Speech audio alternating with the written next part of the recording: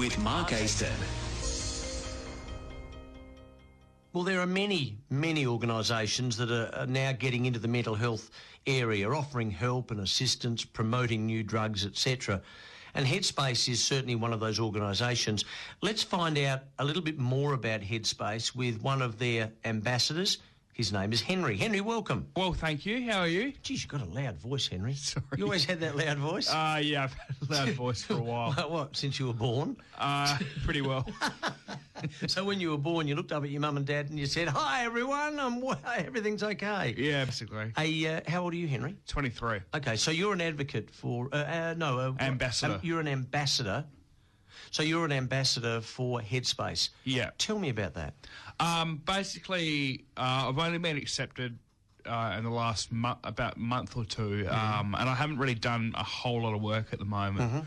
But what it's going to be entitled... Well, what I'm going to be doing is doing talks to schools and football clubs and raising awareness about mental health and that's brilliant. Particularly depression and anxiety and also other mental health areas. But, so basically it'll be spread on be trained in first aid and mental health and a few other things I'm going to be trained in. Very good. And then... how do you feel about that? Yeah, really good. I'm excited about it? Yeah, absolutely. I'm really keen to go out and help and raise awareness and, really try and help those that really need it and make sure and let people know that it's okay to have these issues and these problems. And tell people about it. And, and to talk about it too. I think that's the most important thing because in this country... it's sort of got better, I feel, on my generation, actually, that people are a bit more accepting, but probably in previous years it hasn't been talked about enough. But it has recently, hasn't it? Yeah, it has recently. Which is what you're saying, yeah. And also, too, male stigma as well. Yeah. You know, a guy, he's not supposed to feel unwell because he's a big, tough guy, and he's trying to impress his mates or his girlfriends. There's that stigma as well for males, isn't there? Yeah, absolutely. Have you ever... Well, hang on.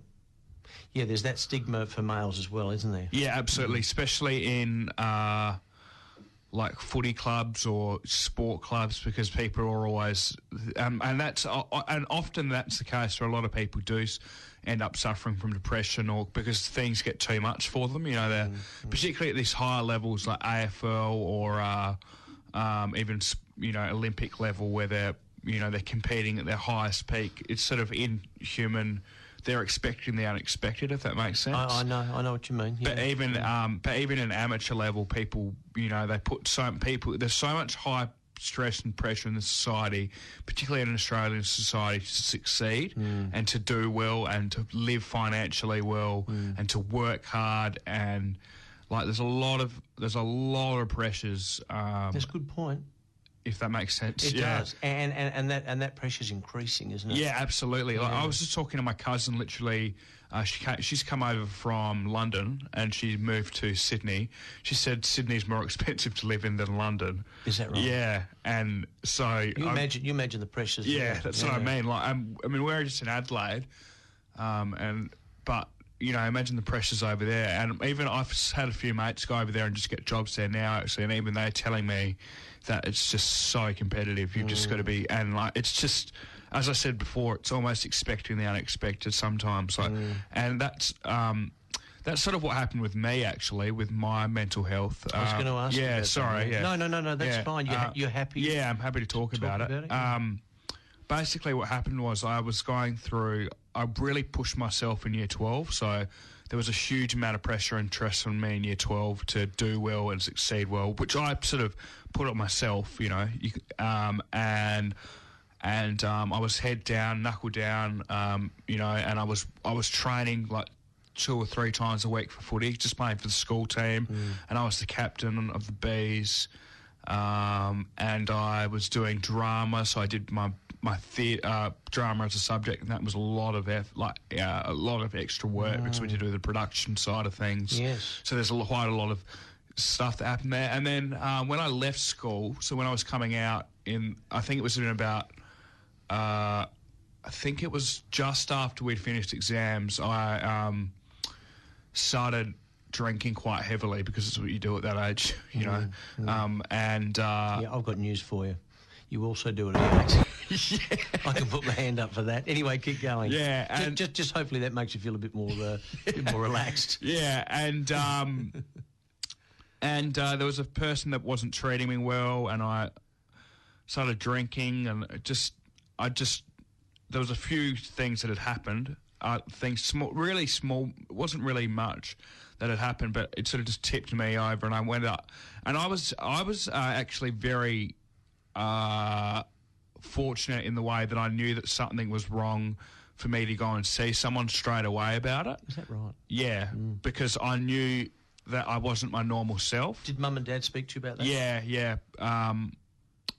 Yeah, they did. That's a great thing. Yeah, they did. Henry, that is a great thing. Yeah, it's important to... Yeah, that's a huge message I would bring across to people. Yeah. Is if you're unwell or you think something's up, don't feel ashamed to go and see someone about it. Go straight away to your GP or go and see a psychologist or a psychiatrist, because chances are that they're not there to not help you, you know. No. So, and I know that's a big thing for me as well, is kind of accepting it and learning to manage it. And, you know, as I said, I've probably dealt with depression and major depressive disorder and anxiety, and particularly in the last few years, anxiety and like panic attacks and stuff, which are very scary, and sort of out of body experiences and stuff. But you've got to learn to accept these, and the other thing is, I feel like, as I was saying before, with the amount of stress and pressure I was having in year 12, and then there was that massive changing period from year 12 through to uni, and I remember I still kept drinking in that time, and things just got worse for me. So alcohol is a massive trigger, and that's not just for me. That's for a lot of people that are. And yet the irony is, sorry, Henry, the irony is that it makes you feel better at the time. Yeah, exactly. Well, that's why we do it. That's the bugger, isn't it? It's like a medication. I know, pretty well. I know. Just don't knock over my scotch. Yeah. Joke. It's all right. And I just feel like. Yeah, external. I mean, I remember that there was a huge changing period from there until, and even when I got to uni, I still wasn't necessarily well in myself. And I probably, to be completely honest, I have probably not been well for about 6 or 7 years. I went to the Adelaide Clinic just one day a week, which is a mental health hospital. They look after you well? Yeah, they do. They teach you, there's lots of different techniques you can go about treating depression and anxiety. Some of the techniques that I was taught was cognitive behavioural therapy. I've heard a lot about that. Yeah, which is really good. And as well, I actually do Bikram yoga. Yeah, I've heard about it. Which is fantastic. They tell me you sweat a bit. Yeah, you do, and you lose weight too, which that's the other thing, because I take medication. It can make you put on weight. There's a few other side effects, like can decrease your sex drive. Yeah. There's a few other things like that.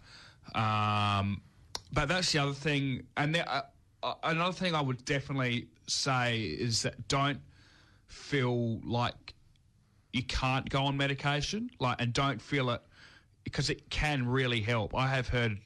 In fact, personally, it has benefited me 110%.